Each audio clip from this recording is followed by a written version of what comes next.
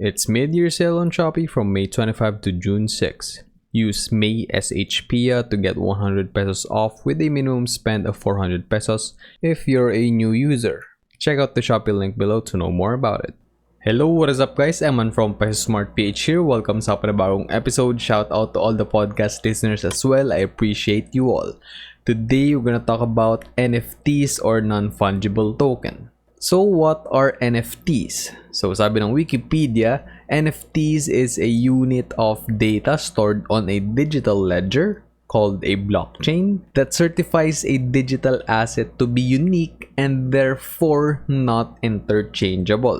NFTs can be used to represent items such as photos, videos, audio, and other types of digital files. So fungibility.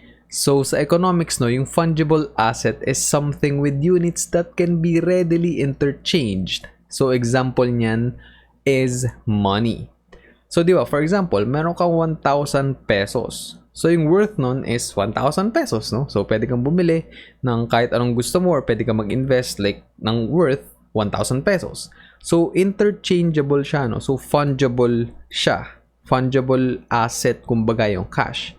Kasi yung 1,000 pesos mo, pwede mo siyang palitan, no?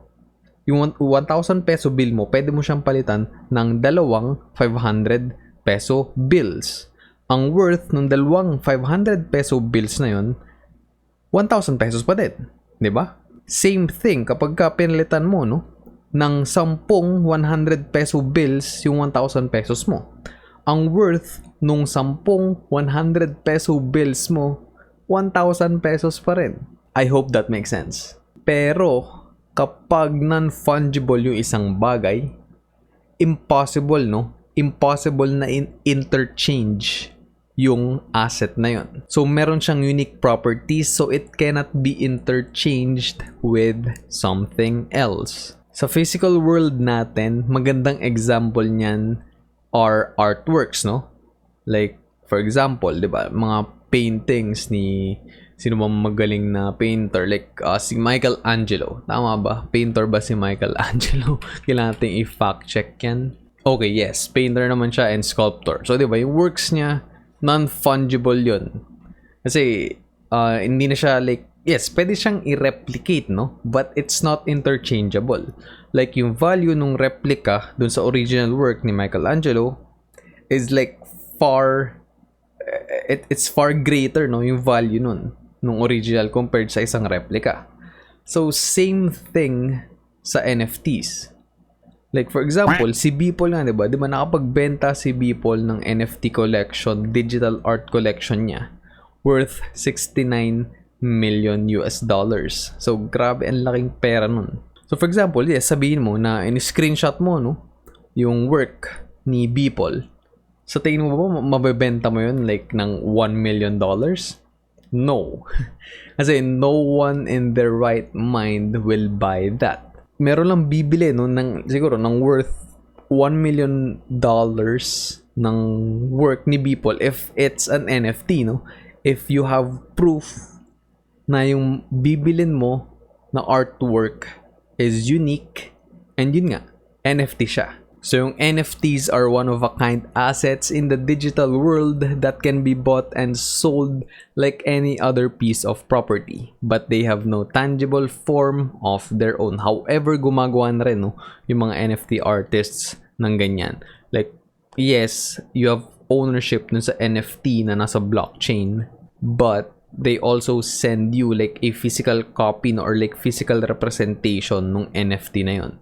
The digital tokens can be thought of as certificates of ownership for virtual or physical assets, 'di ba? Like for example, bumili ka ng isang lupa, no, ng isang property. Sino ba nagsasabi kung sino ba talaga may-ari ng property na 'yon? We have the title, right? So yung title na 'yon, yun yung pinanghahawakan mo.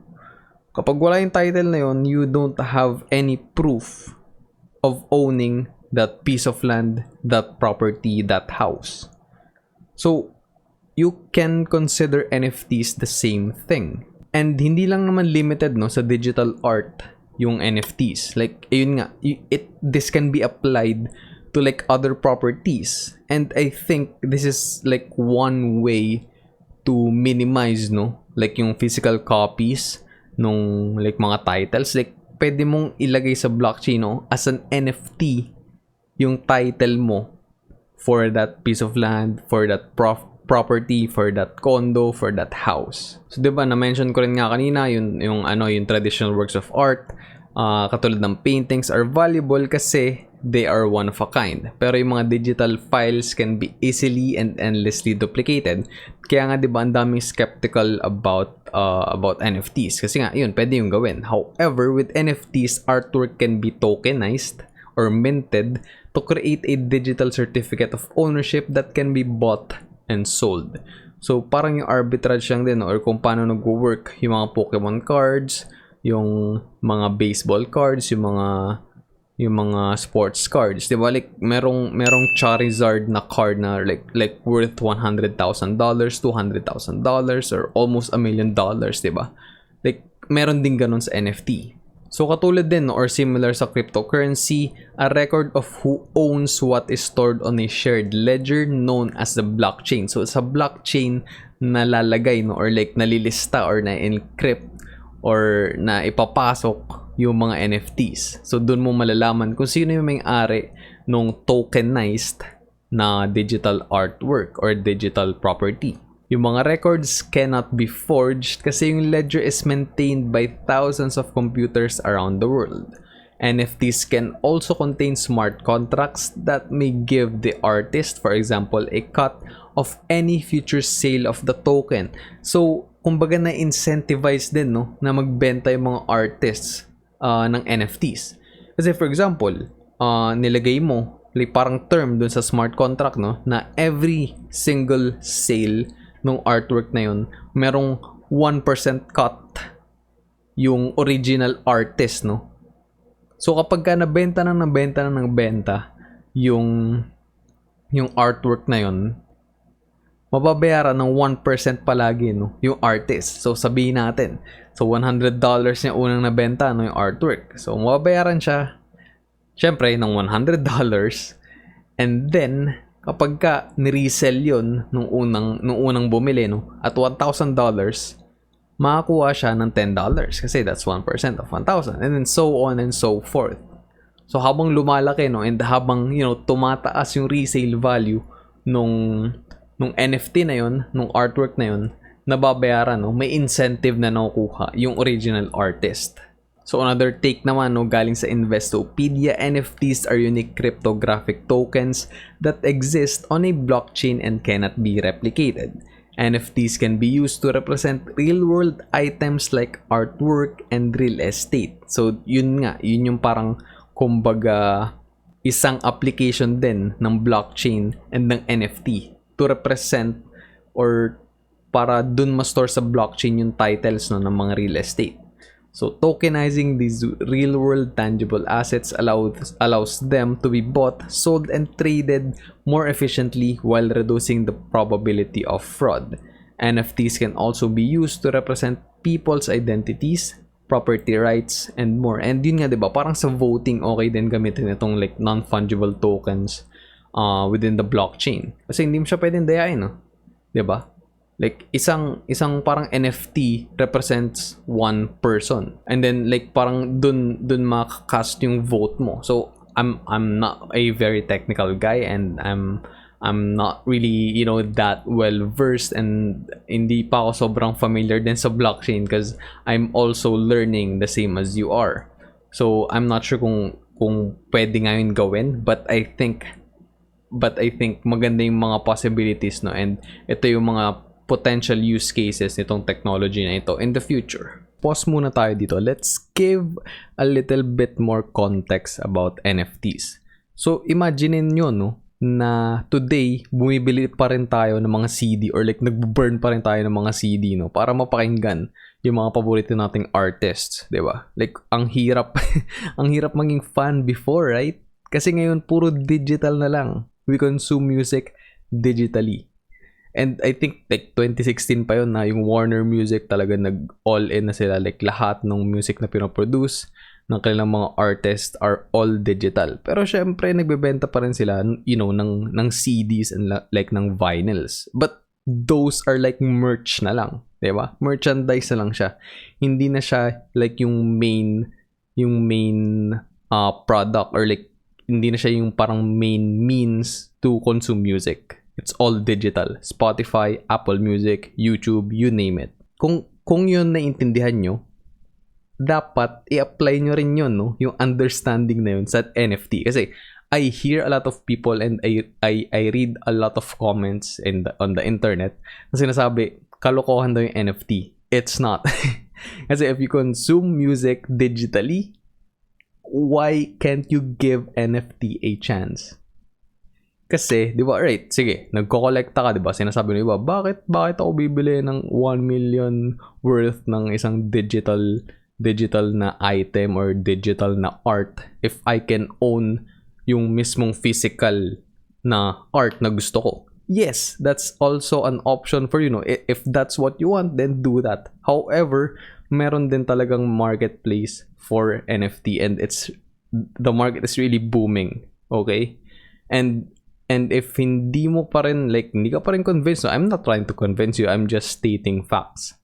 And if like, magbigay pa tayo ng ibang examples, like, sabihin natin, like CSGO and Valorant and Mobile Legends. Paano ba kumikita yung mga game developers na ito? Kasi di ba, libre yung game nila. It's free. So, paano sila kumikita ng pera ng billion-billion? Sa in-game items. Right? We are buying in-game items na it's not tangible, and hindi mo nahawakan, hindi ipapadala sa'yo yung physical, like, item. Kasi nga, in-game item siya eh. We buy that, but we don't believe in NFTs. That is very ironic. Kasi yung NFT, hindi mo siya pwedeng gayahin, and meron talagang sense of ownership kasi nagke-create ng digital na parang license or digital na code sa blockchain, and if you own that particular digital asset, it's yours. Unless ibenta mo siya sa ibang tao. I hope that made sense, and I hope na that like sheds a bit of light about NFTs, and yeah, I hope that we all keep an open mind about it. So yun guys, I hope na what I said made sense, lalo na dun sa digital music, diba? We consume music nowadays like almost exclusively digital na lang. And yun nga, same thing din sa games, right? Like bumibili tayo ng mga items sa loob ng laro, but sobrang sarado ng isip natin sa sa NFTs, sa idea ng NFTs na this really has value.